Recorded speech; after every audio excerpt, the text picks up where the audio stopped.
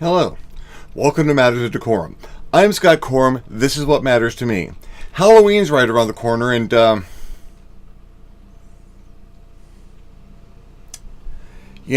this isn't going to do, is it? Hang on.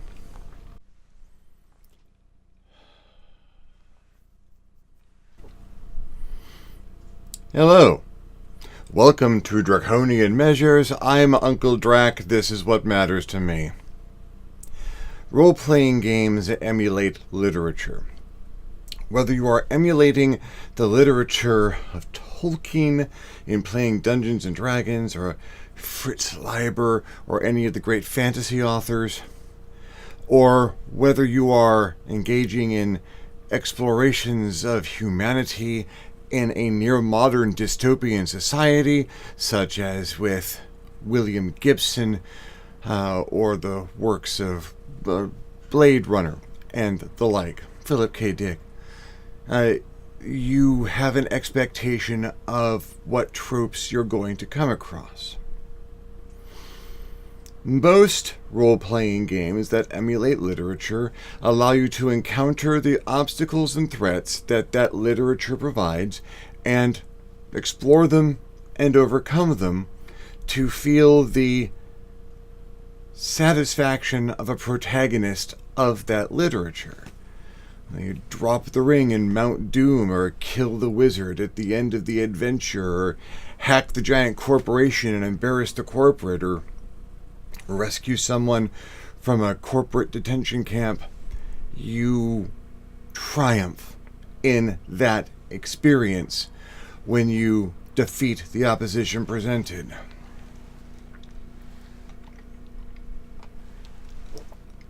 Then there's the horror genre, where if you win, you might just be doing it wrong. There are many, many forms of horror, and most role-playing games that simulate an aspect of it take a chunk of it. Call of Cthulhu, of course, with its focus on cosmic and eldritch horrors, or wonderful down-to-earth zombie games, such as All Flesh Must Be Eaten, focusing on the Romero zombie-esque experience that's become so popular. You are still emulating a form of literature when you are playing a horror game, but the experience of the horror protagonist is notably different from the experience of protagonists in other forms of literature. They spend most of their time frightened, as they should. They're fighting monsters. Every genre of role-playing game contains monsters. There are a dozen books on those shelves right up there, all of them packed full of monsters, most of which are there to be obstacles to be overcome, opposition to be fought against, usually defeated. Although sometimes the monsters win, the norm is that the heroes go in and beat up all the monsters, take their stuff, lather, rinse, repeat. Then you come to the horror genre. And the monsters are highly representative of fears. It's not so much that you eventually defeat the monsters, but you face them. You know, I grew up during an amazing time in American television literature. I was able to experience The Outer Limits and The Twilight Zone as a syndicated show during the day, and then sit down with my family in the evening and watch The Night Gallery. Now, in these particular shows, you usually had a visible monster. It was often shown right at the end for shock and budgetary concerns. But you got a monster unless you got something worse. Sometimes the monster was the mind of the protagonist, or some aspect of the protagonist, or the society that the protagonist found themselves in. Sometimes you didn't get a proper monster. Sometimes you got a monster that was more familiar and somehow more frightening. If you're emulating this brand of horror, I'm probably playing Call of Cthulhu because it does this job better than just about any other game. You're not playing to beat the monsters, you're playing to survive the monsters. Or you're playing to discover the monster, regardless of what that is going to do to your sanity or survival. You usually tank them. You are not likely to survive too many encounters with creatures in Call of Cthulhu. That's your night gallery. That is your Twilight Zone, your Outer Limits. That's your gothic horror experience, where the monster is a representation of a fear. Fear of the dark, fear of the dead, fear of the other, fear of the unknown. Lovecraft was noted for, in the most eloquent and fascinating linguistic manner, taking the fears out of his own mind and turning them into monsters on the page. And you could tell the depth of his fear by the magnitude of his monsters.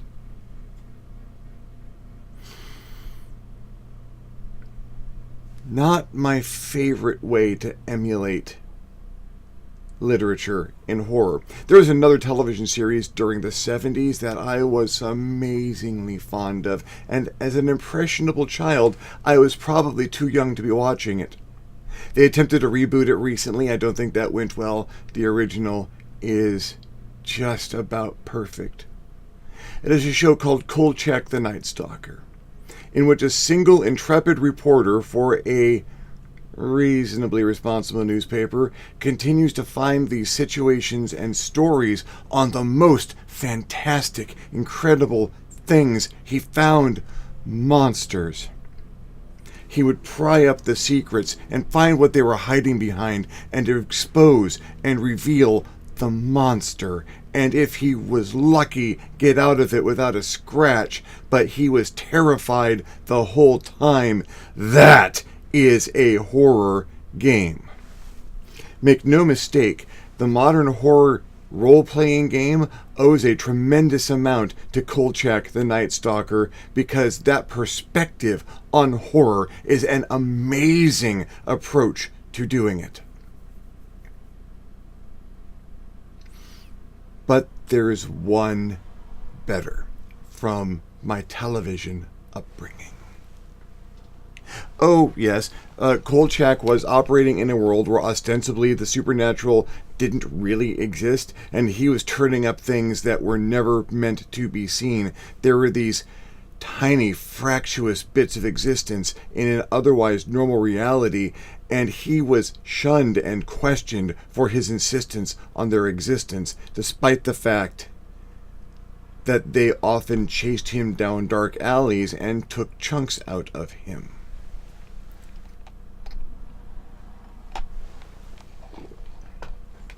I truly was just about raised by a Zenith 28-inch television. And through that perspective, syndicated television shows were a huge percentage of the literature and culture that I absorbed. Gilligan's Islands, Hogan's Heroes, Get Smart, Bewitched. And all of these were mostly comedies. There were a few serious shows, Gunsmoke and whatnot, but they were lighthearted and funny and engaging. And they started a tradition that has carried forward through Knight Rider and Quantum Leap and into the modern day. Yes, these are perfectly normal worlds with their own internal consistency. And you can roleplay in this kind of literature. Most game groups end up being something like this, at least in my experience, where you have a relatively serious premise and humorous byplay and character interplay and character concepts turn the show a little bit humorous, if not hilarious. But once a year, all bets were off. There was nothing of the supernatural in Knight Rider, or Gilligan's Island, or Quantum Leap. Except that one time of year. Happy Halloween. The Halloween episode of any given show with a relatively consistent background was a time when the gloves came off and the supernatural could come out. The horror role-playing game that is the most effective horror role-playing game is the one that you didn't realize was a horror role-playing game until it was too late. Everything is fine and lovely and you have a talking car that can drive through buildings, or you're traveling through time, righting wrongs, using a bizarre quantum string technique. And then Halloween hits.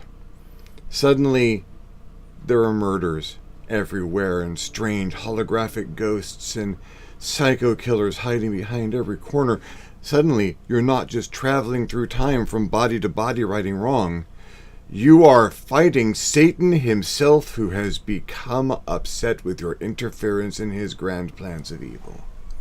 And trying to choke out a goat in front of Dean Stockwell.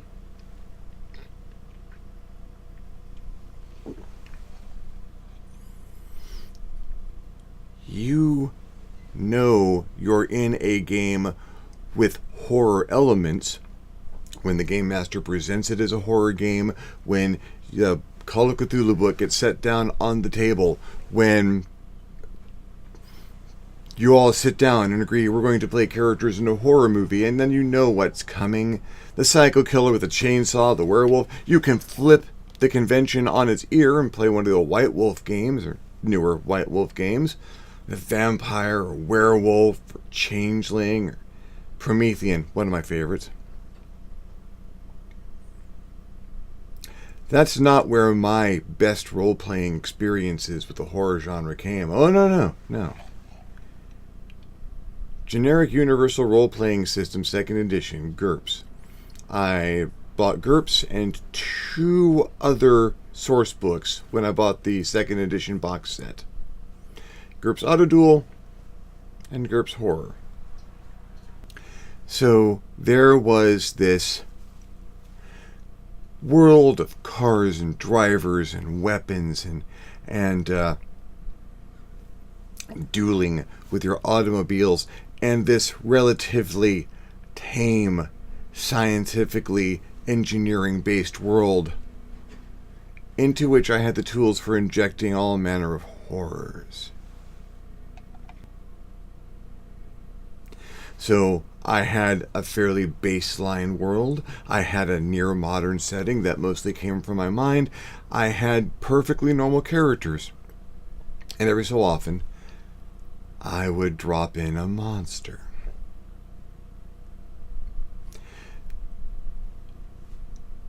It changes your dynamic.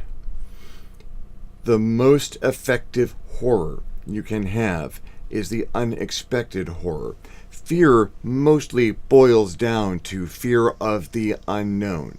That's one of the deepest and most powerful fears that you have. When you have a predictable game world, you know there's going to be monsters if you're playing Dungeons and Dragons. There's going to be alien creatures if you're playing a space game. There's going to be cyber monstrosities in a cyberpunk game.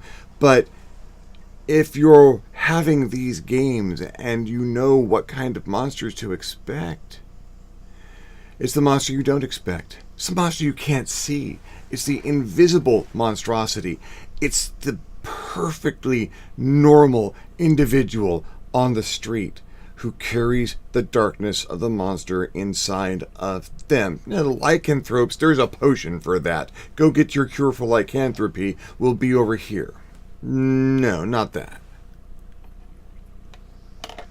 It's not a werewolf. It's not a vampire. It's not something Universal has ever produced as a monster. People are disappearing. Why? No one is sure. Maybe you should track that down. Well, there's a few normal reasons people can disappear. They could be sold into slavery, or being killed for something, or worse. Maybe they're being fed to something in a basement. Maybe they're still alive, in a state so horrible that they can never be recovered, but it would be too cruel to kill them. Ambiguity. Uncertainty. Not knowing what your next step is going to be, and something breathing down the back of your neck. Not that those people that you've been searching for have come to such a horrific situation, but that there is something that could take you to that same situation. And oh my Lord, it's right behind me, isn't it?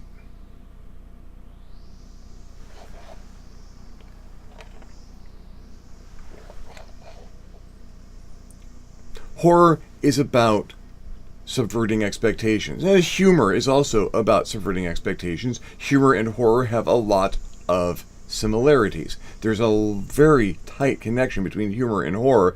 That is why if you go to a scary movie and everyone gets really good shock with a jump scare, a chuckle goes across the audience every time. The fear hits us, and the energy that it creates is released in a laugh. When you are running a horror game and you have a more or less constant nervous chuckle around the table, you're doing it right. Because that is the energy of the horror being released in an attempt to find comfort in laughter.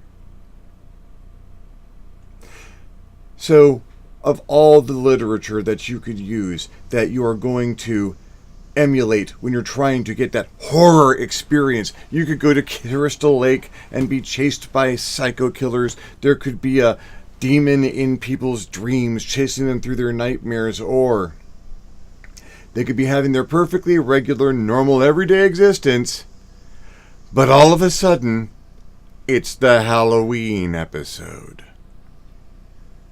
And on the Halloween episode, all bets are off. Well, thank you for following me along on this particular journey through Halloweeny stuff. If you dig the coat, leave a comment and let me know that you'd like to see more Uncle Drac in the videos. The coat exists for a reason. I live to wear it. Wore this through the airport on my trip to Portland for the H.P. Lovecraft Film Festival. No one blinked. The TSA had nothing to say about a supervillain walking through the airport. I was a little hurt. If you liked the video, give me a thumbs up. If you didn't like the video, give me a thumbs down. Feedback is feedback. If you have your own experiences with role-playing in the horror genre, no matter how that went, I'd like to hear about it. Leave me a comment below. You will love leaving me a comment as much as I will love getting one. If you would like to see these videos when they come out, and why wouldn't you? They're awesome. Go ahead and hit the subscribe button. If you do hit the subscribe button, be sure to hit the little notification bell next to it so that you are alerted as soon as the videos become available. If you would like to make a meaningful contribution to the channel, I invite you to hit me up at my page, my Patreon page, www.patreon.com, and consider donating. Absolutely anything helps and allows me to make better videos more often. In the meantime, thank you very much for watching. For Scott Corum, I am Uncle Drac. This is Draconian Measures. I will see you next time.